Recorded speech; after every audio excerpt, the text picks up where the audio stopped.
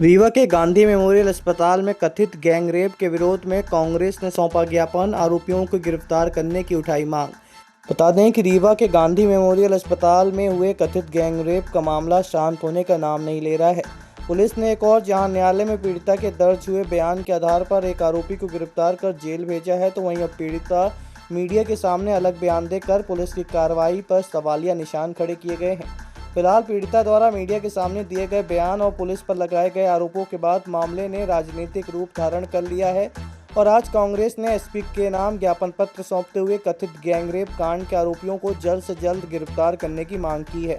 दरअसल कांग्रेस द्वारा आज जीएमएच में भर्ती महिला मरीज की नाबालिग लड़की के साथ गैंगरेप का आरोप लगाते हुए कार्रवाई की मांग को लेकर ज्ञापन पत्र दिया गया। कांग्रेस ने आरोप लगाते हुए कहा कि स्वास्थ्य मंत्री के गृह जिले में सरकारी अस्पताल परिसर में एक नाबालिग लड़की से गैंगरेप जैसी जघन्य घटना होती है, बावजूद इसके घटना को सरकार के दबाव में आकर छुपाने का न सिर्फ प्रयास किया जाता है बल्कि कार्रवाई के नाम पर सिर्फ खानापूर्ति की गई है।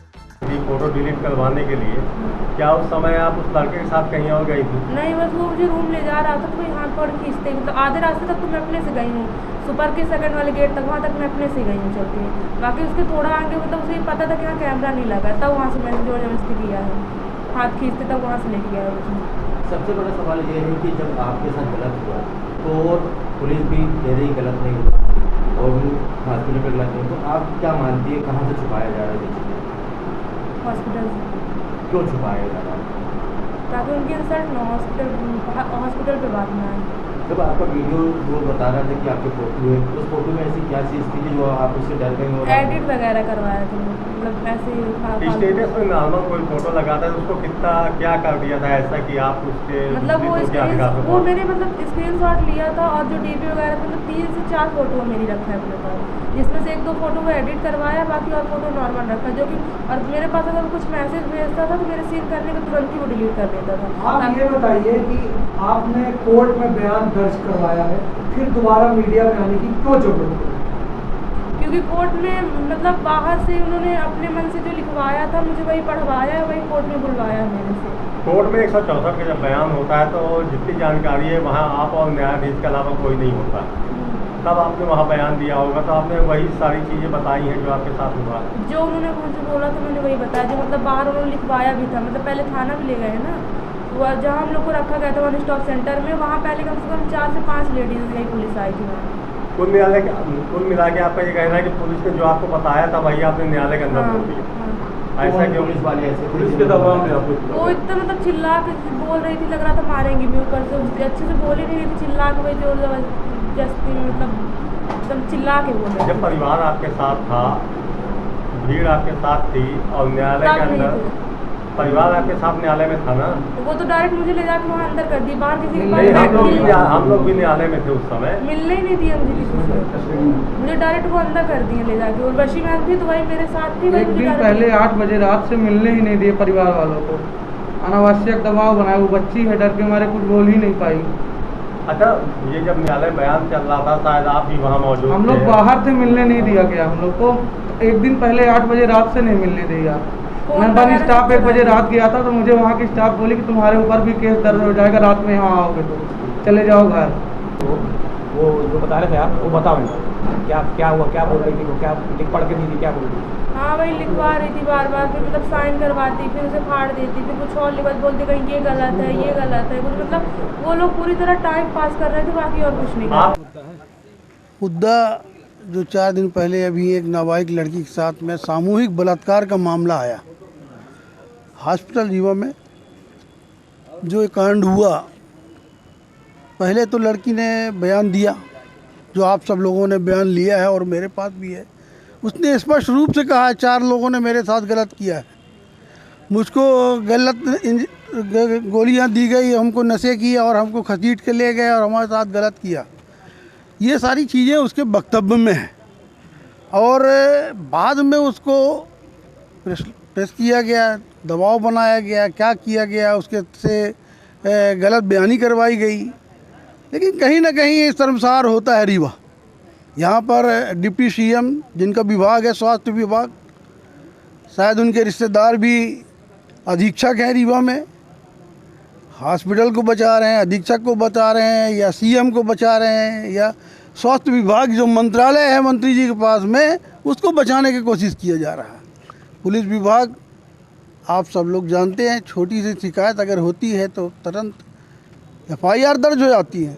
और लड़की अपना बयान दे रही है, कह रही है, उसके बावजूद उसका बयान को तोड़ मरोड़ के दबाव बना के और रिपोर्ट उसका जो लिखा गया वो भी गलत जगह पे लिखा गया।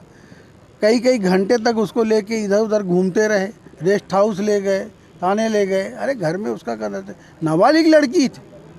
तो कहीं ना कहीं पुलिस प्रशासन काफ़ी दबाव में है और दबाव के चलते निश्चित रूप से कार्रवाई जो होनी चाहिए, उस बच्ची को न्याय मिलना चाहिए था, वो न्याय उसे नहीं मिल पा रहा। चाहते हो करें तो ये बात बिल्कुल गलत है कि हम लोग की तरफ से क्योंकि फैमिली या पीड़ित या फरियादी कोई भी एफआईआर कराने नहीं आया। जो भी इनिशिएटिव लिया गया, जो भी प्रयास किए गए, वो हम लोग ने स्टार्ट किए थे कि अगर किसी बच्ची के साथ कुछ गलत हुआ है तो हम उसको जो उसके आरोपी हैं, जो गलत किए हों, उनको हम सजा दिला सकें। तो हमारे पूरा पुलिस टीम इसमें लग के हम लोग प्रयासरत थे। हमारे साथ तहसीलदार और प्रशासन भी उसमें लगा हुआ था। और फिर उसके बाद जब गोविंदगढ़ रेस्ट हाउस में बयान वगैरह हुए, उसमें जो उन्होंने कथन दिया बच्ची ने, वो बहुत ही स्पष्ट नहीं आ रहे थे। जो उसका जो आप समझते हैं कि एक पूरी घटनाक्रम अगर बताई जाती है तो उसमें बहुत सारी उसका अभाव था कि क्या हुआ पहले, फिर कैसे हुआ, क्या हुआ, वो सारी चीज़ें आप लोग देखेंगे भी कभी जब आपके पास एफआईआर वगैरह कहीं से आपके पास मिलती है या हम चार्जशीट वगैरह जमा करते हैं, तो उसमें बहुत कुछ स्पष्ट नहीं था। तो इसलिए पुलिस टीम जो थी उन्होंने भी बार बार पूछा कि आप सही चीज़ बताएं और जो भी हुआ है वो सही सही बताएं। आपके साथ अगर छेड़छाड़ हुई है वो बताएं, आपके साथ अगर गलत कार्य हुआ वो बताएं। हमने हमेशा उनको स्वतंत्र रखा। आप जैसा कथन देंगे हम वैसा आपका कथन नोट करके उन्हीं धाराओं में हम अपराध कायम करेंगे। और उसके पहले ये भी बताना चाहूँगा कि मैंने खुद पीड़िता की माता से बात किया था। उस समय वो राजी नहीं हो रहे थे। मैंने उनको कन्विंस करने की कोशिश की थी, समझाने की कोशिश की थी कि अगर आपकी लड़की के साथ कुछ गलत हुआ है तो प्लीज़ रिपोर्ट कराएं। अगर आप नहीं कराएंगे तो ऐसे आरोपी अन्य बच्चियों के साथ भी कर सकते हैं और आपकी बच्ची के जो आरोपी हैं उनको भी हम सजा दिला सकें, इसलिए हमने उनको मनाने की कोशिश की थी। और जिसके बाद उन्होंने समझ के फिर वो रिपोर्ट उन्होंने दर्ज कराई थी।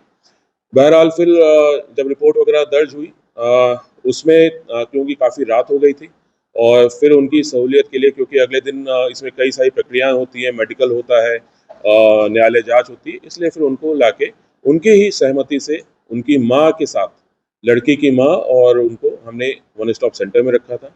अगले दिन हमने एक टीम भेजी वरिष्ठ अधिकारियों की, जिसमें महिला अधिकारियों की, जिसमें एडिशनल एसपी आरती भी थी और अन्य महिला अधिकारी थी।